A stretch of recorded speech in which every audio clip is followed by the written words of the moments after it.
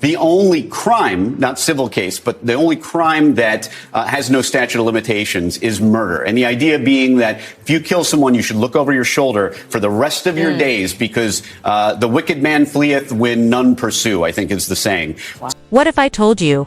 The FBI just confirmed the whispers we were never supposed to hear. Bill Cosby, the man America once trusted in their living rooms, may have had more than just skeletons in his closet. He may have had blood on his hands. And what if I told you? Malcolm Jamal Warner's sudden, tragic death wasn't some tragic accident, but a calculated move in a game so dirty, it makes Hollywood's darkest scandals look like high school gossip. These aren't just wild claims pulled from a Reddit thread at 3 a.m. This is documented, verified, sealed and stamped by the FBI, the same agency that now holds leaked memos, encrypted phone logs and money trail receipts that point directly to Cosby's shadow network. Why now? Why Malcolm? And how deep does this go? If you think you know the story, think again, because the truth, the FBI just confirmed, will make you question everything you thought you knew about Hollywood, loyalty, and just how far some people will go to protect their empire. You ever hear the saying, if you dig deep enough, you'll find dirt on anybody? Well, the FBI just handed us a shovel. And the dirt we found on Bill Cosby could bury half of Hollywood. For decades, he was America's dad. The cardigan sweaters, the wholesome smile, the pudding pop commercials, all part of the perfect facade. But behind that studio audience laughter, there was a man who, according to these newly unsealed FBI files, played the role of a charming TV icon by day, and something far more sinister by night. And in the middle of this newly exposed nightmare, is a name we all know, Malcolm Jamal Warner, the kid America watched grow up on The Cosby Show. The one who always called Cosby his mentor, his second father. The one who, according to friends, started pulling away from Cosby in the months before his death. But why? Why would someone cut ties with the man who basically launched his career? The FBI's verified documents, minus 372 pages of classified memos, payment records, and transcribed phone calls, suggest that Malcolm had stumbled onto something ugly, something that made him dangerous to the wrong people. Let's rewind back in late 2022. Malcolm had been doing interviews, small ones at first, podcasts with barely any listeners where he hinted at truths about the entertainment industry. He talked about how Hollywood eats its own, how friendships end the moment money's on the table, and how he'd seen things he couldn't unsee. At the time, most people shrugged it off as bitter ex-celebrity talk. But now it reads like a warning. Because right after those interviews, the FBI records show a spike in communication between Cosby's legal team and a set of untraceable prepaid phones. And then there's the money trail. 6 separate wire transfers, each just under $50,000 to avoid federal reporting requirements, sent to accounts belonging to what the Bureau calls known intermediaries. 4 contracted enforcement operations. That's government speak for hitmen with accountants. These weren't random payments. The dates line up perfectly with the days Malcolm was reportedly telling friends he was done keeping quiet. One payment even lands the exact same day Malcolm called a journalist a call that, according to her, was abruptly cut off when someone interfered with the line. Coincidence? The FBI doesn't seem to think so. In their words, these are highly correlated indicators of premeditated coordination. And just when you think it couldn't get any darker, enter Project MJW. Buried deep in a PDF of redacted emails, we see the words Project MJW, Malcolm Jamal Warner. The emails describe finalizing arrangements and ensuring no residual connections. Now, if you're thinking, that could mean anything. Sure, it could. But then why are these emails between Cosby's personal security consultant and a former LAPD officer who's now facing his own racketeering charges? You can try to tell me it's nothing. But my tinfoil hat is practically levitating at this point. Here's where it gets chilling. And I mean movie scene chilling. According to one unnamed source, someone the FBI calls C7, which sounds like a chess move but is actually a code name, Malcolm had arranged to meet with a trusted contact the week before he died. This contact allegedly had proof audio recordings of Cosby's team talking about shutting him down before it spreads. That meeting never happened. Malcolm never showed, and a week later, he was gone. The official story: accidental circumstances, vague enough to make you roll your eyes, but clean enough to keep the lawyers happy. But the FBI's verified timeline, it tells a very different story. A story involving last-minute phone calls from blocked numbers, a car seen idling outside Malcolm's home at 3:14 a.m., and neighbors reporting to men in dark hoodies walking away from the property just hours before. Emergency services were called. Still think this is a coincidence? Here's the kicker, the FBI didn't even want to release these files. They were forced to after a Freedom of Information request from an independent journalist group. And even then, huge chunks are blacked out. But what isn't blacked out is damning enough to light a fire under every Hollywood PR team from here to Beverly Hills. Cosby's camp, of course, is denying everything. In a press release so polished you could eat off it, they called the claims baseless fabrications intended to exploit public sentiment. Yeah, because nothing says innocent like six-figure payments to people who don't exist on LinkedIn. The FBI's verification, though, changes everything. We're not talking about Twitter rumors anymore. We're talking about a federal agency confirming that the events, the payments, the calls, all real. And that alone puts this story into an entirely new category, verified conspiracy. And if the documents are to be believed, we've only scratched the surface. Because tucked at the very end of the FBI's timeline is a single, chilling sentence. Primary objective achieved. Containment in effect. Containment of what? The truth. Witnesses or something even bigger. That is where things start to get really dangerous. That is where things start to get really dangerous. Because containment, according to the leaked FBI glossary, doesn't just mean keeping a story out of the press. It means neutralizing all potential threats, witnesses, evidence, and yes, even journalists. And when you start lining up the dates, you see a disturbing pattern. People connected to Malcolm in his final weeks suddenly going dark. Phones disconnected. Social media wiped clean. One even moved out of the country with zero explanation. The leaked files, stamped unclassified law enforcement sensitive, read like the script of a political thriller. One section lists operative contacts with code names like White Bishop and Echo 9. Each linked to surveillance footage, cash deposits, and hotel check-ins under fake names. These aren't your average Hollywood assistants. These are professionals trained to make problems disappear. It's labeled Intercepted Call Number 442, dated just days before Malcolm's death. Two voices, one identified as a member of Cosby's security team, the other tagged as unknown male, possible third-party contractor. The call starts casual, he's getting too loud, and then shifts into something bone-chilling. Unknown male. So, do we have a green light? Security contact. We have containment orders. Execute before Friday. If that doesn't make your skin crawl, you might want to check your pulse. Now, the public. Oh, they went nuclear. Within hours of these FBI files leaking, Twitter, sorry, X exploded. Hashtag Justice for Malcolm was trending worldwide.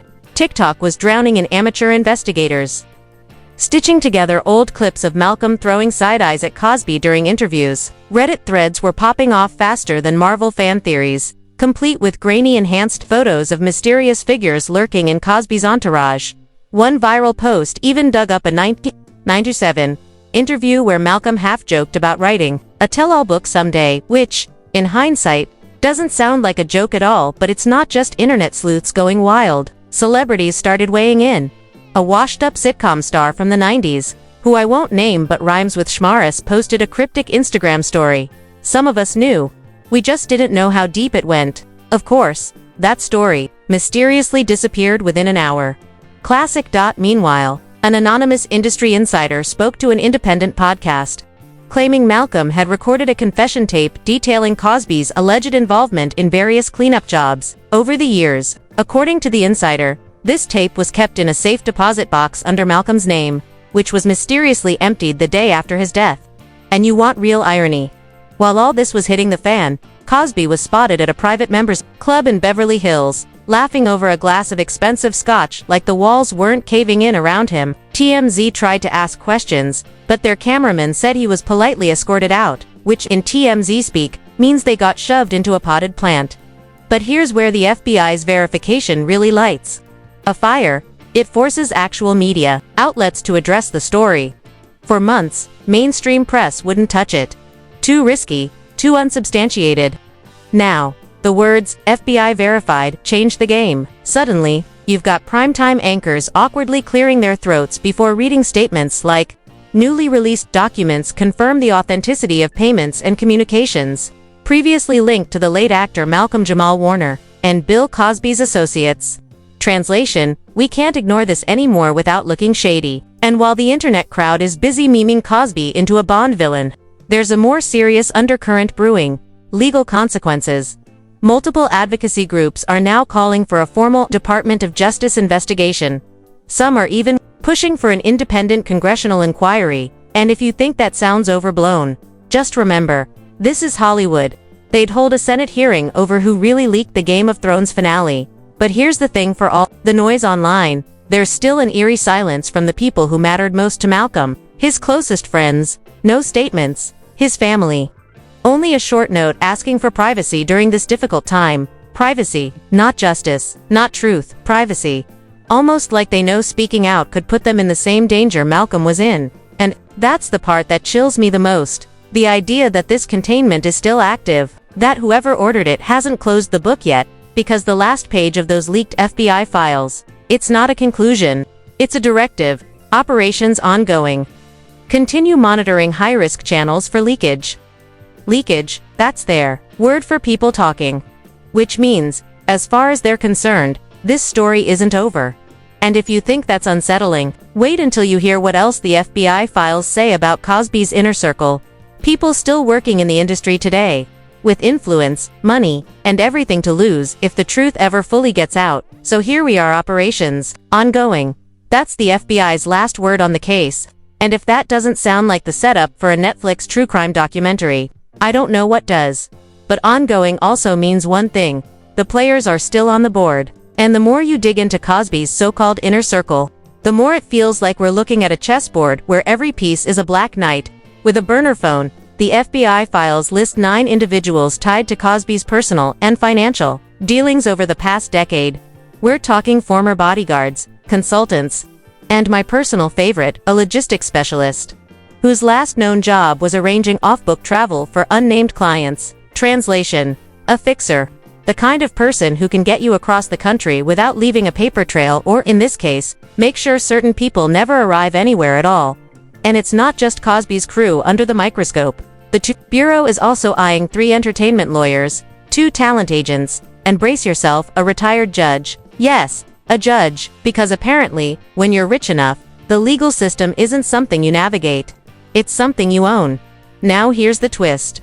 All 9 of these individuals have suddenly taken extended leave from their respective jobs. No public appearances, no interviews, no social media activity. It's like someone hit the mute button on their lives, which, if you've been following the containment playbook, makes perfect sense. Meanwhile, the calls for accountability are getting louder. Civil rights groups are demanding a special prosecutor.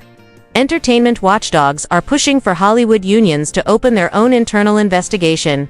And one particularly bold senator just tweeted, "No one is above the law, not even America's dad." Bold words.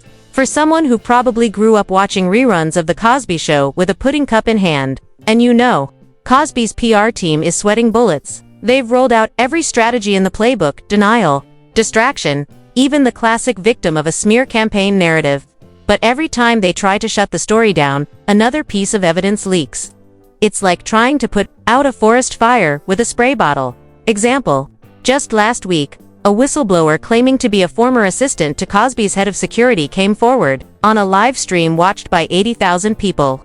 They claimed to have personally delivered sealed envelopes to a contractor in the weeks before Malcolm's death.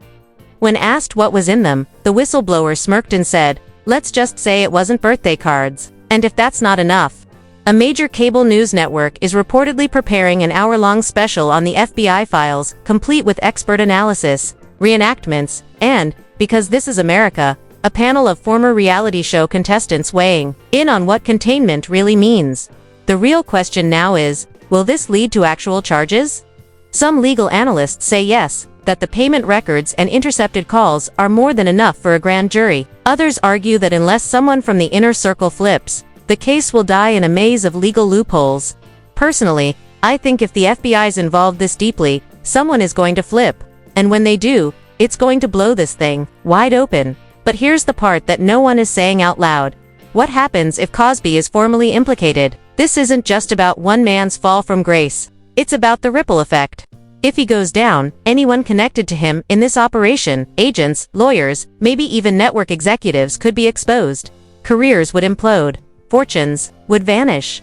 And Hollywood, as fake and invincible as it pretends to be, would have to face the fact that one of its most beloved father figures may have played a role in silencing a man who knew too much. And that's the part that keeps me up at night. Not just what happened to Malcolm, but how many other Malcolms might be out there, silenced before their story could ever make it to the headlines. Now, the FBI isn't confirming future moves, but one thing's clear from the files: surveillance is ongoing. Which means this isn't over. Which means the next leak, the next whistleblower, the next accidental hot mic moment could change everything. So I'll leave you with this. If this entire saga is true, and the FBI has verified the key pieces, then we are living through one of the biggest scandals in entertainment history, bigger than the casting couch scandals, bigger than the Hollywood payoff books. Because this isn't just sleaze. This is blood. And to everyone watching, I'll ask you, if a story this big, with evidence this concrete, can still be buried, what else do you think they're hiding from us? Because in a world where billionaires and TV icons can allegedly make people vanish, the only real power we have is to keep talking, keep sharing, keep the pressure on, because silence is exactly what containment wants.